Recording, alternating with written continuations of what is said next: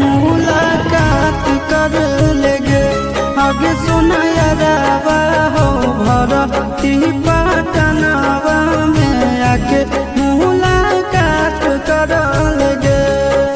आगे चली जाइबौ छोड़ी के दुनिया विदाई अपने हाथ कर लेगे। आगे सुनाया रावा हो भरती पटनावा